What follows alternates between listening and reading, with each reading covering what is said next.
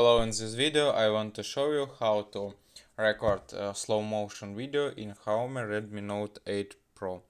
First you need to open the camera app on your phone, click on the icon and then click on the more.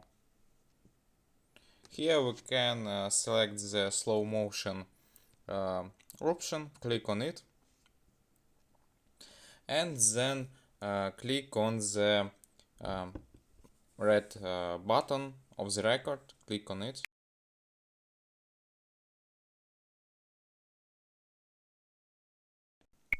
Click OK. And this all.